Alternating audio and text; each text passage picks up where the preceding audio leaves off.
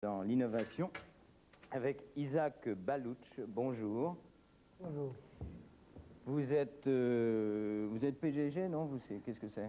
J'ai une société... Donc vous êtes directeur d'une société qui s'appelle Bibo.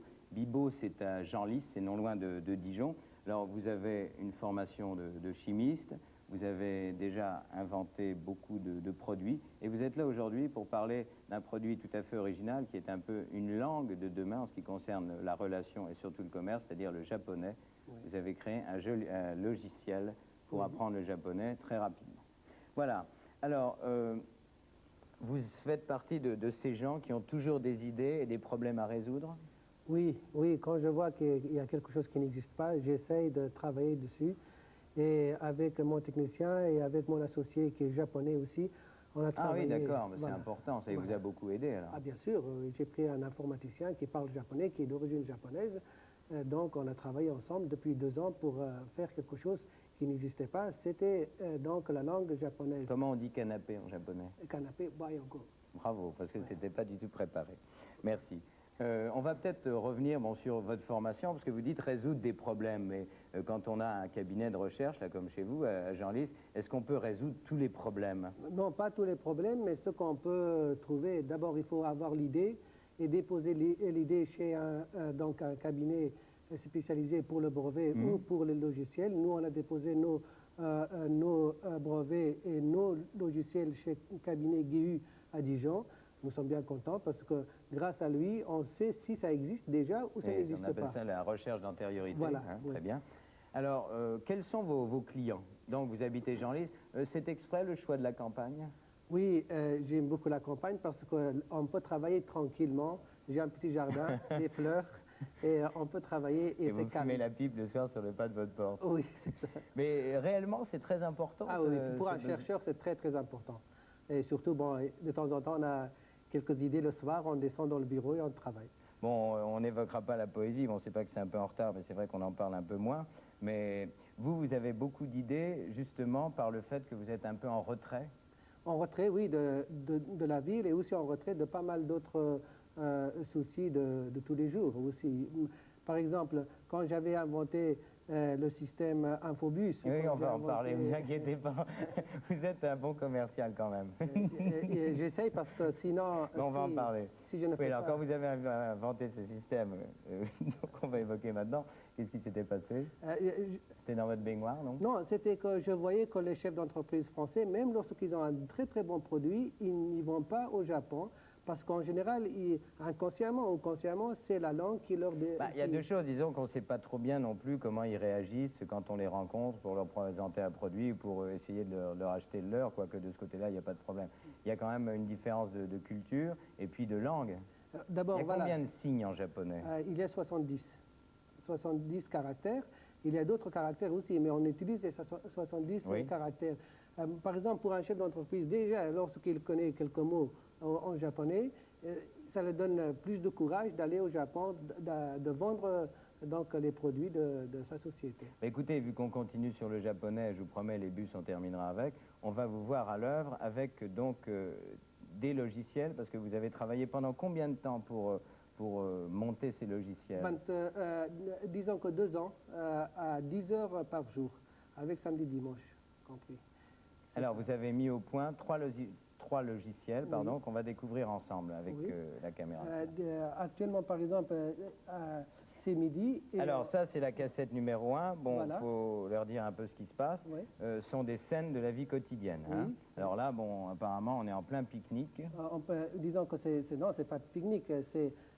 vous êtes chez un Japonais. Ah oui, pardon, oui, non, mais vous voyez comme quoi il faut également découvrir la vie et la culture. Et ils n'ont pas de chaise, on voudrait savoir, voilà, le feu, comment s'appelle le feu? En français c'est feu et en japonais c'est hi.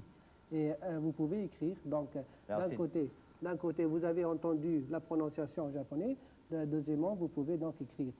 Si je ne sais pas écrire, je demande à mon logiciel, il m'écrit. D'accord. Alors, quand vous avez donc la phonétique hi, la hi, c'est la phonétique du mot qui apparaît, est-ce que vous pouvez trouver le mot à partir d'une liste de signes phonétiques, justement? Voilà. Donc, je le mets en élève. Ici, je trouve le niveau débutant. Et voilà, donc Voilà. il me crie HI. Et Alors, je vous cherche, cherchez voilà, HI. je cherche ici, voilà. Très bien. Alors donc, dans un premier temps, dans ce premier logiciel, vous avez une image, vous sélectionnez une image de la vie de tous les jours, Oui. avec donc des tas de numéros qui correspondent à des objets qu'on utilise quotidiennement. Oui. Et puis, vous faites sortir le mot et vous pouvez le prononcer. Voilà, je peux prononcer autant de fois que je veux. Par exemple, regardez, je demande, voilà, plusieurs fois. Alors ça, c'est bien. Bon, connaître des mots, Voilà. c'est une chose. Bon, on ne va pas parler encore de langage commercial, là, c'est le langage de la vie de tous les jours. Mais après, comment les mettre ensemble? Voilà, Comment apprendre la grammaire, cette structure qui va les coller? Nous avons un deuxième logiciel qui va sortir dans 6 mois. Oui. Et dedans, on a la grammaire plus faire des phrases.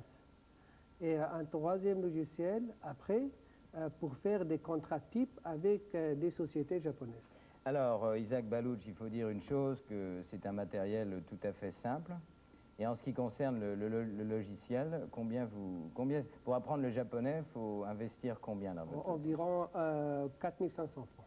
4500 francs, Oui. bon, donc c'est un peu plus de 1200-1300 francs par logiciel. Voilà, oui. Pour 4500 francs, on a les trois logiciels, pour parler, donc apprendre les mots de la vie courante, Oui. La grammaire, Oui. et puis le troisième logiciel, là, concerne vraiment ceux qui sont intéressés par le commerce. Voilà, les chefs d'entreprise. Les chefs d'entreprise. Cela dit aussi parce que nous, on a pris les mots et la prononciation et l'orthographe parce que les élèves, les étudiants, ils sont très intéressés Oui. pour apprendre le japonais. Voilà, puis pour terminer avec les bus, ça nous concerne en effet, déjà la Bourgogne, vous avez inventé deux systèmes, très rapidement, voilà. en 30 secondes, vous nous les vendez là. Donc j'ai fait un faux bus pour donner les messages pour les passagers sur un tableau lumineux pour me montrer le prochain arrêt de bus. Et j'ai fait un autre système, ACS, anti-collision système.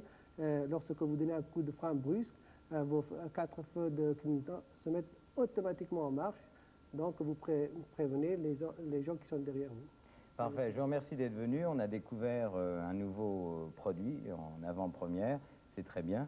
Un nouveau produit qui donc va faire des heureux, va faire des gens sensibilisés à la langue japonaise. Et ça serait bien que ces gens-là reviennent nous voir d'ici 2 ou 3 mois. Combien de temps quand on donne 1 heure par jour pour apprendre déjà les mots de base? Nous avons un ami français qui a commencé l'année passée avec nous d'apprendre le japonais.